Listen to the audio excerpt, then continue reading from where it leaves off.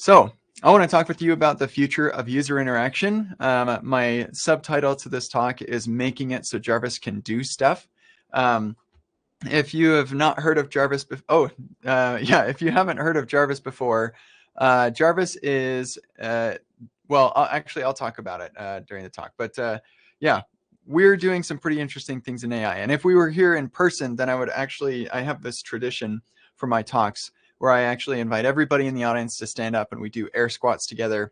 I don't typically do that for remote talks like this because it's just a little bit awkward. So we're going to leave you with that. But and we just finished the coffee break too. So hopefully your blood is flowing so your brain can learn stuff that's important. Okay, so Jarvis, it's just a rather very intelligent system. This comes from the stories of Iron Man. Iron Man is a technical genius, and the Tony Stark is the name of Iron Man. And he made an AI that helps him with his work, and his AI has a name. It's Jarvis. Jarvis can do a ton of things for Tony Stark. So he's a personal assistant, combat assistant, system control, emergency response, engineering support, research analysis, companionship, just about everything. And I think that would be pretty neat to have a friend or at least an AI that can do all of these things. Maybe not combat assistance necessarily. I don't really have that need myself, but I, for a long time, have thought like, sure would be nice to have a computer that can just do a lot of things for me like that. The experience of Tony using Jarvis includes natural language, multimodal, so he can also do gestures and show video, and Jarvis sees what's going on. Jarvis immediately responds, even if it's going to take overnight. He's going to say, I'll start the analysis now. He's proactive. I'm using the pronoun he to describe Jarvis, but Jarvis, of course, is an AI. So it, I suppose. But so Jarvis is proactive, letting Tony know when there's something specific that he needs to know. There's no configuration necessary. Tony just says, do this thing, and whatever tools are necessary, Jarvis just sets up. Jarvis is everywhere, in his suit, in his car, in his house, in his office, everywhere. And I think that we are entering a world where we could actually have something like this. And I think that we're actually experiencing a paradigm shift right now.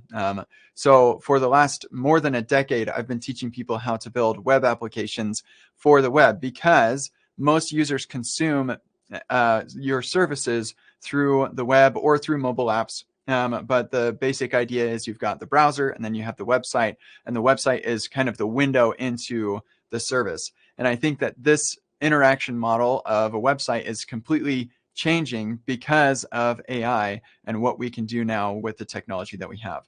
And so I think in the future, browsers are going to be replaced by or evolve into Jarvis-like clients. So clients that have all those same capabilities. And the way that we expose our services to users is through MCP servers.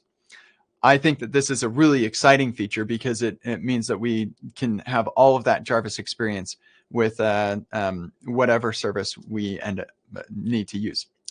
So let's talk a little bit about why don't we have Jarvis already? So what can we not do that Jarvis can do? Pretty much nothing. Everything that Jarvis does, we have the capability of doing with the technology that we have today, with the exception of some things like Jarvis accesses SHIELD, FBI, and CIA data sets. We probably shouldn't do that, not for technical reasons. And also Jarvis has a bunch of like holographic stuff that he can do. We probably don't have the technology for that. But like the important things, the actual tasks that Jarvis or use cases that Jarvis serves for Tony, we have the capability of doing that. So the question is, why don't we already have Jarvis? What's the holdup? What's going on? And actually, we've been trying for the last over a decade to build something that gets closer and closer to Jarvis, something that understands our natural language, something that's proactive, that integrates with all the different things. And actually, that's the reason why we don't have a Jarvis, is because of the integrations. So Google will build their APIs, and Microsoft will build its APIs, and Amazon and Apple, and they all just have their own little platforms that everybody has to integrate with. and it just doesn't pan out very well as far as being able to just do everything that you could possibly imagine. There are websites that exist that do not build integrations with everybody for a variety of reasons. Things are always changing. You don't have a big enough team, whatever. So these integrations are just killer. And it's just, there's just too much. Everything has to integrate with everything. Okay, you want to accomplish this task. That means we're going to have all 4 of these services talk to each other so that that task can be accomplished. And it's just too much. It's so what I would like is to be able to have Jarvis, and everything integrates with Jarvis, and then Jarvis handles the integration points between the rest of them. And that is what the Model Context Protocol enables. And that's why I'm so excited about MCP, about Model Context Protocol. So let's talk a little bit about MCP and why it's able to solve this problem and how we got here in the first place. So for a long time, we've actually had large language models. This is not a new thing in the last couple of years. We've been able to have large language models that serve you for quite some time. What made things really take off in the last few years is the host application. ChatGPT specifically made it really easy for non-technical users to make use of LLMs. And that's the point where non-technical users discovered that LLMs can actually answer their questions. They may not always get it right. Like 3 years ago, it was hallucinating a lot and stuff, but it does have the ability to answer questions. The problem is it can't actually do anything. I remember when ChatGPT was first released, you would see people post like, look, I just had it run spin up a Docker container for such and such. And like, you would see it output all this stuff. And I didn't know anything. I was like, no way, it can't do that, can it? And no, it can't do that. It's literally just generating tokens, and it's pretending that it actually is spinning up a Docker container. So at this point, it was just like faking it. It couldn't actually perform any actions. It could just generate tokens. And to this day, LLMs really just generate tokens. That is their role. And so it's the host application is where the innovation is coming. And then of course the model like improving and stuff, but the host application is where things can actually be done. And so that's where we get into phase 2, where the host application lets the LLM know, hey, guess what? I actually have the ability to do stuff for you. So based on the user's prompt, if there's anything you want me to do, just let me know. And I've got this list of tools that you can execute. And that works because now it can actually do stuff. The problem is it can't do enough. And the reason is because of that integration problem still. So whoever's building the host application has to build an integration with every single one of these tools. So you've got Slack, and you've got your text messaging service, and you've got your calendar and your email and your like YouTube and whatever. All of these different services need to be integrated. And that's great. Like it works okay for the big players, but what about the small time players? What about the like if I want to reserve a pavilion in the park for my son's birthday party or something, I can go to my municipality's website and I can go and reserve that on their website. That's awesome. There's no way I can convince OpenAI to add an integration for my city's website or my city's service so that I can use a natural language to reserve my my city's like park pavilion or whatever. And now, of course, the municipality can wrap OpenAI and add its own tools. And now I can have a natural language control of my city's website. But like, who's going to do that? Like, why would I go to all the effort to talk to all these different agents? I would much rather, like Jarvis, the Jarvis experience is I have one agent and I talk to that one and it can do everything for me. And so that's how we get into phase 3 with MCP. So the idea is let's take this integration layer and let's invert control. It's a classic programming principle of inversion of control. So now the integration responsibility lies on the service provider, and the host application just hooks up to that integration that the service provider created. That's what MCP is effectively. It's just this inversion of control, letting the service provider manage the integration. And now the host application can integrate with anybody who implements that. And with this, now we can do anything. Any service provider can make their own integration. And the problem is that clients aren't ready. And actually, I should mention also that what differentiates this from what we have already, because like Google has their integrations and stuff. What differentiates this is the fact that it is a standard integration protocol. And so your service provider can build one integration, and now any of the different labs or any of the different companies can integrate directly because it's standard. This is very much like the web. People build websites and they don't care what browser the users are coming from. Any browser can access the website. Standards are really powerful for that reason. So clients are not quite ready yet. We're getting there, and it's always improving. In fact, just yesterday, I saw that ChatGPT, the .com is adding support for MCP as well. So this is huge because that's for a long time, we've had this in editors and Claude, but those are a lot more technical users of those. Like for most non-technical users, AI equals ChatGPT. Like those two things are the same in their mind. And so having ChatGPT build in support for MCP for the consumer, that's huge. That is really huge. So let's expand this a little bit to talk a little bit more about the architecture. So MCP is mostly concerned with the client and the server. That's what's primarily standardized. And the service provider is responsible for the MCP server, and the host application, so ChatGPT or Claude or VS Code or Cursor, they're responsible for the client. And so the user decides, hey, I want to have these different services hooked up to my experience. And so the host application will spin up a client for that and connect to that server. And that works out really super nicely because now as the service provider changes their offering, their APIs are changing, whatever, the burden is on them to keep their MCP server up to date, which is exactly where it should be. Gives them the power.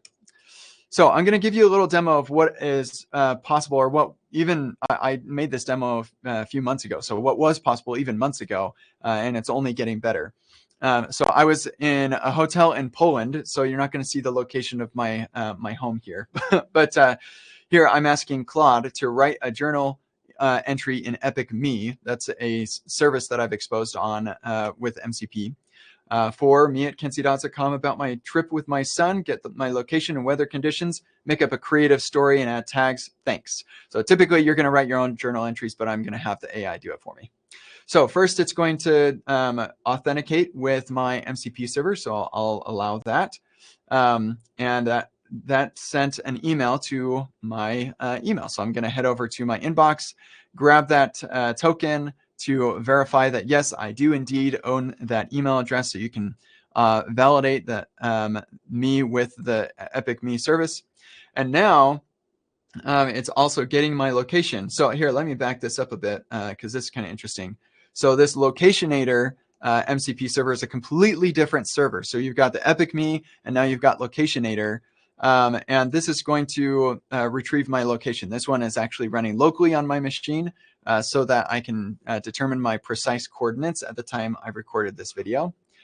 And then I use that as input into weather. So now we're on 3 MCP services to accomplish this one task, where each one of them is playing a distinct role. None of them know about each other. This is the beauty of MCP, is that you just build to this standard, and then the AI is the integration glue between them. So integrations we no longer have to worry about. That's what makes this so powerful. And so they are technically integrating, but they don't even have to know about each other to do that because the AI is just feeding outputs from one as an input to another. So now it's going to create a couple of tags to add to this new journal entry. And we'll speed this up here a little bit. Then it goes ahead and creates the entry using the information that it got from my location and my weather. So I was in Poland at the time. If you look at the entry, I was in Krakow. And so it makes up a story about my son and me hanging out there. It was fun. So then I ask the AI, hey, could you please get me that entry? And it says, okay, great. And what it gets back, if you look at the details, it just gets back a text of JSON. But of course, it doesn't want to show the user that. So instead, it shows the title as bolded, and then here's the content, and then here's the metadata. And it can structure this however makes most sense. So maybe I'm asking, hey, get me that entry so I can read it. Or maybe what I'm asking is, I want a summary of this entry. And so the AI can just be my assistant, go grab that information, and it has all the information, but then it just summarizes it for me. Or maybe maybe this is a social platform and I'm saying, hey, go get the entry from my friend who is Japanese and I don't speak Japanese. And so then it can translate their entry for me on the fly. That's just the power of this. Like, none of those features are things that I thought about when I was building Epic Me, but are totally possible because we have this natural language AI assistant to handle not only the integrations, but also the user experience. And to take this a step further, we actually have also an effort to add user interfaces to the output from an MCP server. And so if you're Uber and you have an MCP server and somebody says, hey, I want to get a ride from the airport to my hotel, and they use natural language because it's awesome and Jarvis rocks, Uber probably wants to make sure that the person who's getting the ride knows that it's an Uber instead of a Lyft. So like having some sort of branding around the response is probably important to them. In addition, having text as a response is not always the best. Like maybe I want to have a map and I want to see the cars driving around and stuff, right? So MCP UI is going to enable that sort of experience right in the context of the conversation flow, which I think is super, super powerful. So really big fan of MCP UI and excited about the direction that is going. And here's actually a demo of MCP UI in action, very, very early implementation in VS Code with the MCP support that they have there. So if you're shopping for an outfit, you probably want more than just text. You want to see images. You want to be able to add it to a cart. You want to buy it right there. If you're looking at a dashboard of data, it's just easier to see that visually. And so MCP UI is just a really powerful mechanism to combine all of the stuff we've been doing for the last decade or more around building web applications and the visual user experience with the natural language awesomeness that we get from an AI agent. So it's very exciting times. As far as like where we are currently in the progress here, we've got a bunch of clients, and there are probably more that there's certainly a lot more that I am not aware of. Lots of these are editors. Lots of these are services that you're probably familiar with. This is a tiny fraction of the servers. There are tens of thousands of servers already. I expect there to be billions of servers in the future. Every single website could have a /MCP endpoint to it. To augment the generation for the AI. So here's some additional information to actually perform mutations. Create an invoice for me, PayPal, please. Or even with the Stripe MCP server, you can, in fact, the demo yesterday from ChatGPT was using the Stripe server to create an invoice for somebody and actually charge them for the for some product and stuff. And then they added the Zapier MCP server to issue a refund through Stripe and then send them a DM on Slack. So like it's awesome what we can do already.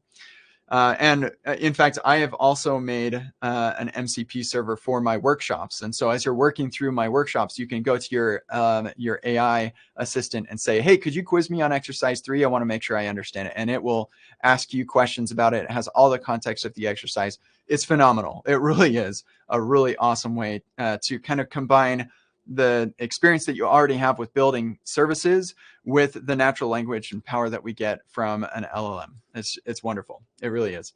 So the MCP is really the future. I couldn't be more excited about where we are headed from an integration standpoint and the ability to actually control our environment using natural language. I think it's fabulous.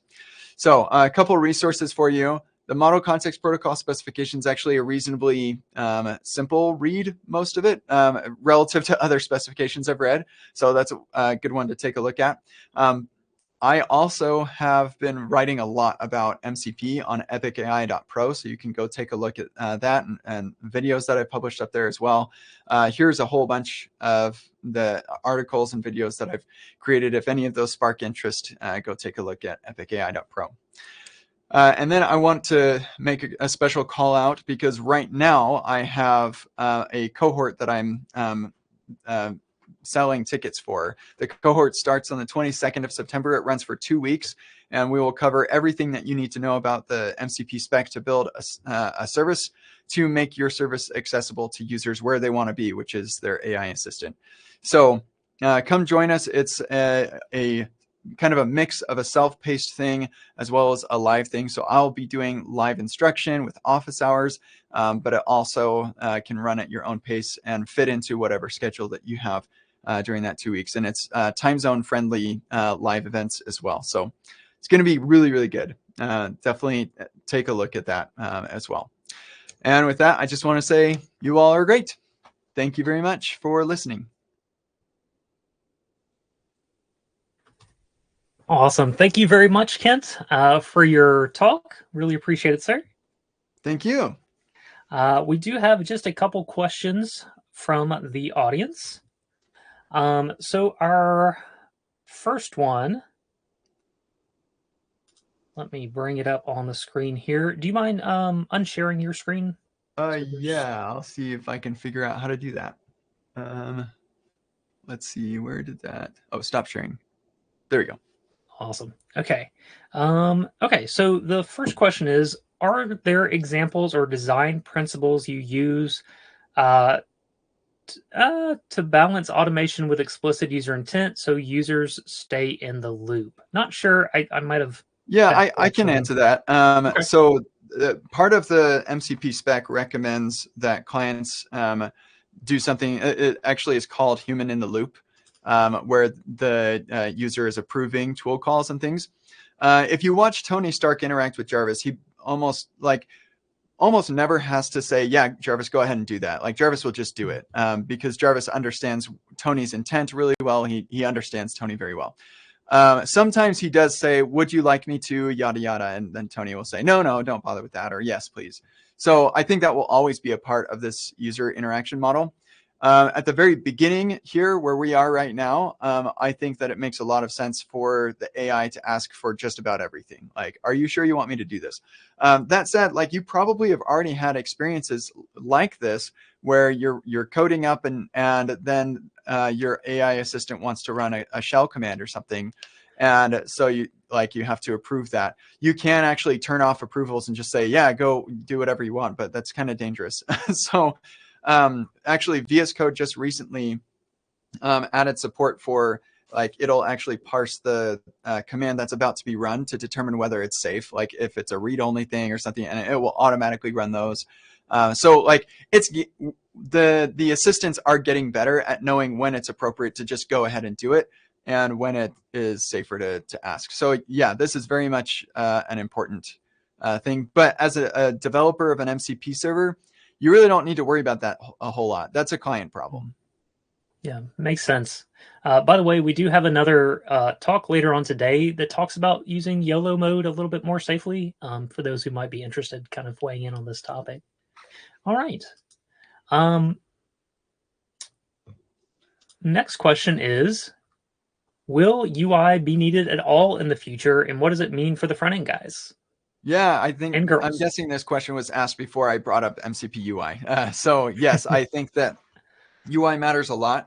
If let's say that you say, hey, Jarvis, I want to have a stopwatch. Like I need to be able to time my kid is doing handstands. I want to be able to time him, right? So in that case, it makes a lot of sense to have buttons rather than have like sending text to start and stop, right? So but at the same time, what if you're actually doing a workout and so you need a timer and you say, okay, I can't reach for my thing because I'm like working out over here, so I want a vocal interface. And so that's the beauty of this interaction model, is that it supports both. Yeah, that is awesome. I would love to be able to get things done and be productive, like while I'm on a walk or on a run, and have that voice mode be really reliable. Be very cool. Okay, let's go for two more questions here. What is the difference of this cohort that you mentioned starting September 22nd with the previous MCP workshops that you've done? Yeah. So I have done I've run two workshops before, the MCP fundamentals and the advanced MCP features workshops. Those will both be included in the cohort. I am also adding the MCP UI workshop and an MCP authorization workshop. So an auth workshop to like do user data, what most people are going to actually need for this. And so, yeah, there's twice as much content, a lot more advanced stuff. And then on top of that, it's just the format of things. Pretty much every workshop that I give, I get feedback from some people that it was too fast and feedback from other people that it was too slow. And so being able to run it at your own pace, it actually is a lot like the courses that I've sold that are completely self-paced. So you've got videos that you are accompany all of the exercises. And you have the local learning environment. It's really phenomenal. If you've never experienced it, you've got to. You just have to experience it. And I've got some free stuff that you can try as well to just get an experience of what that learning environment is like. It's all like local on your own machine, in your own editor with your own assistant, like all of that. But the benefit of the cohort beyond that is that it actually is live. The material is released incrementally pretty much every day. So everybody, like all the hundreds of other people who are going through it with you, are going through the same material. So you'll have a hive of activity going on in the exclusive Discord. And then my office hours are Mondays and Fridays in the morning and the evening. So you can choose whatever is best for your time zone. So that's the difference. Awesome. Sounds very exciting, Ken. It's going to be awesome. Last one for you, and this one is extremely important. What's your favorite Iron Man movie? Oh, that is tough. I have to say Iron Man 3, probably. Yeah. But that Any first one reason is for that? really, huh? What's the reason behind that? I don't know. I think that his character is a lot more developed by then, and like I don't know. It's hard to decide. To be honest, I really like the first one, and honestly, the Iron Man movies, with the exception of Spider-Man, the Iron Man movies were my favorite of the whole series. But Spider-Man, of course, like is the best of everything. Yeah, I really liked Iron Man movies. All three of them were good. Nice. Yeah. With great power comes great responsibility, right? Awesome. All right, Kent, that is all the questions we have for today. Once again, thank you so very much for your time and your expertise. Really enjoyed having you.